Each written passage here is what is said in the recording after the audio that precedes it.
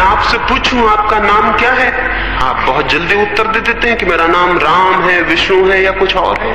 क्यों? इतने विश्वस्त हैं कि यह आपका नाम है। कभी सोचा, कभी विचारा कि मैं ये क्या कह रहा हूं? एक जल्दी से नाम निकल आता है, हम नाम उत्तर दे देते हैं, उत्तर दे देते हैं, बात खत्म हो जाती है। कभी थोड़ी देर ठहर जाएं और सोचें मेरा नाम है कुछ, तो शायद भीतर एक सन्नाटा हो जाए, एक साइलेंस हो जाए, एक मौन हो जाए। कोई नाम खोजे से न मिले तो एक मौन पैदा हो जाए। हम कोई किसी से प्रश्न पूछते हैं, उसे मालूम होता है तो शीघ्र उत्तर दे देता। मालूम होने का मतलब अगर उसकी स्मृति में कुछ होता है तो उत्तर दे देता। मैं पूछूं दो कितने होते हैं, आप कह देते हैं 4, क्योंकि आपकी स्मृति ने सीख रखा है 2 4 होते हैं। पूछा, उत्तर दे दिया। मैं आपसे पूछूं भीतर कौन है, आप कह दें आत्मा, ये भी स्मृति ने सीख रखा है 2 4 वाला उत्तर दे दिया गया।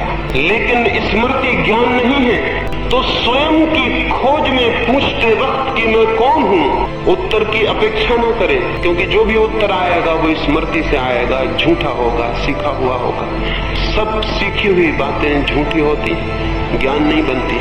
कुछ भी सीखा हुआ ज्ञान नहीं बनता है। जीवन में जो क्षुद्र है वो सीखा जा सकता है, क्योंकि वो बाहर है। जीवन में जो विराट है वो सीखा नहीं जा सकता, क्योंकि वो भीतर है। जो भीतर है उसे बाहर से नहीं सीखा जा सकता, उसे जाना जा सकता है, उसे उगाड़ा जा सकता है, उसे डिस्कवर किया जा सकता है, उसे पहचाना जा सकता है, लेकिन सीखा नहीं जा सकता। उसे जाना जा सकता है, लेकिन याद नहीं किया जा सकता।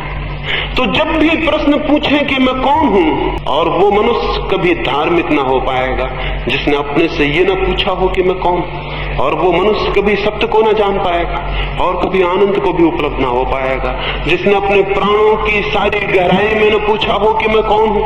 और अगर कोई भी उत्तर आता हो तो उत्तर को इनकार कर दे, क्योंकि उत्तर सीखा हुआ होगा, स्मृति से आया हुआ होगा। और स्मृति तो केवल वही जानती है जो सीख लिया गया है। स्मृति उसे नहीं जानती जिसे हम नहीं जानते।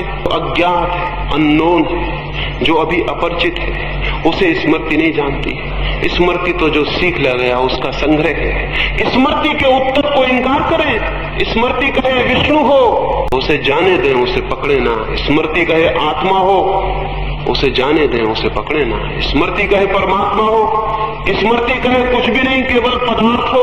अगर नास्तिक घर में पले तो स्मृति कहेगी कुछ भी नहीं है, केवल शरीर हो। अगर धार्मिक घर में पले, स्मृति कहेगी आत्मा हो, अजर अमर आत्मा हो।